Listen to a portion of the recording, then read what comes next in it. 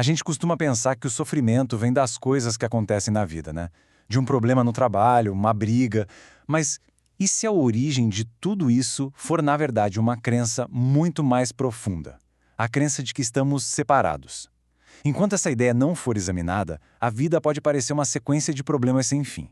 Hoje a gente vai mergulhar a fundo nessa questão, conectando as ideias de Freud, as descobertas da psicanálise e as revelações de uma fonte fascinante chamada Um Curso em Milagres.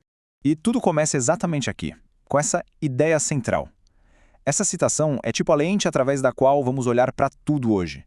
O sofrimento não é um fato da vida, mas o resultado de uma história que a mente conta. E essa história toda se apoia numa única e poderosa fundação: a crença na separação. Para entender de onde vem tudo isso, a nossa primeira parada é com ninguém menos que Sigmund Freud. Lá na sua obra O Mal-Estar na Civilização, ele descreveu uma experiência humana tão intrigante que ele simplesmente não conseguiu ignorar. Freud descreveu uma coisa que algumas pessoas relatam sentir, sabe? Uma sensação assim avassaladora de unidade com tudo, como se, de repente, as barreiras do eu simplesmente se dissolvessem. Ele deu um nome para isso, sentimento oceânico. Uma experiência de conexão tão profunda que a ideia de um eu separado desaparece. Agora, o ponto mais interessante aqui é a distinção que o Freud faz. Apesar dele reconhecer que essa sensação de unidade existia, ele a classificou como uma experiência puramente subjetiva, uma coisa da cabeça da pessoa, entende? E não um reflexo da realidade. E esse ponto é crucial. Para Freud, o que a gente sente não corresponde necessariamente à verdade. Bom, a partir daí, a psicanálise, seguindo os passos de Freud, foi ainda mais fundo nessa investigação. Ela começou a desenhar um mapa de como a nossa mente funciona, revelando um mecanismo interno, surpreendentemente complexo.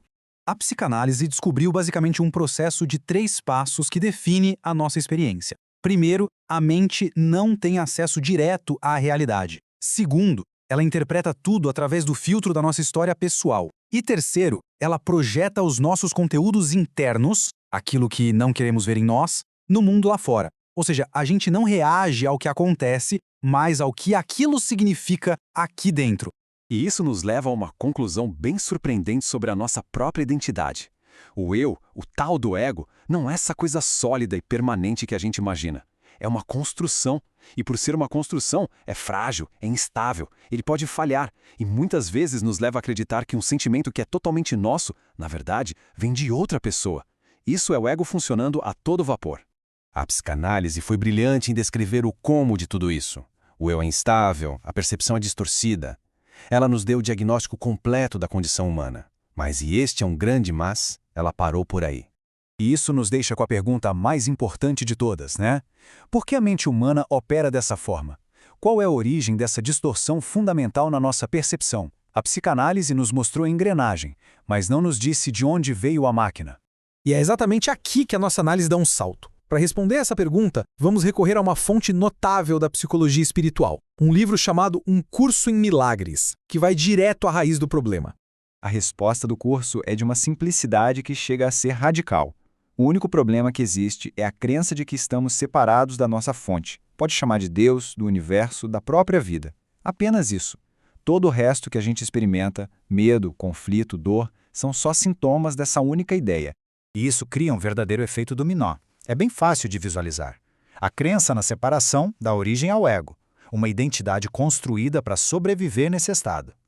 Com o ego, o medo vira a emoção central, o que, por sua vez, cria uma necessidade constante de defesa, levando, inevitavelmente, ao conflito e ao ataque. E aqui, a gente conecta todos os pontos. O ego instável da psicanálise é, na verdade, uma defesa contra a separação. A projeção é uma forma de deslocar o conflito interno. E o medo e o ataque são as consequências naturais de se sentir só. A psicanálise descreveu os efeitos com perfeição. Um curso em milagres aponta para a causa. Ok, mas o que a gente faz com essa informação? Como é que essa compreensão se traduz na prática? Vamos trazer isso para o nosso dia a dia. Pense num conflito típico. Alguém diz algo e nos sentimos magoados. Mas por baixo dessa mágoa tem uma sensação mais profunda, talvez de rejeição ou abandono. E na raiz de tudo isso está a crença fundamental: estou só. É essa crença que alimenta nossos comportamentos de controlar, atacar ou nos defender.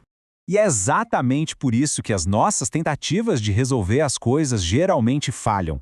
A gente fica tentando consertar no mundo externo um problema que, na verdade, nasceu e vive exclusivamente dentro da nossa própria mente. E isso nos leva à mudança mais profunda de todas. O que acontece quando paramos de tentar consertar os sintomas e vamos direto para a causa, para a própria crença? A psicanálise é uma ferramenta incrível para nos ajudar a enxergar o padrão, a repetição, a projeção. Mas o milagre, no contexto do curso, faz algo além. Ele corrige a percepção na sua origem. Ele não apenas analisa o sonho, ele nos ajuda a despertar dele. E quando essa crença fundamental começa a ser questionada, uma transformação radical acontece. Percebe-se que o outro não é a causa da nossa dor, que o mundo não é o problema. E o mais importante de tudo, o sofrimento não é uma condição inevitável da existência. É uma escolha baseada em uma premissa falsa. E para fechar, fica esta ideia final. O ego, essa identidade que a gente tanto defende, foi construído com um único propósito: sobreviver em um estado de aparente separação. Mas a verdadeira jornada não é sobre sobrevivência, é sobre lembrar. Lembrar da unidade que nunca foi realmente perdida.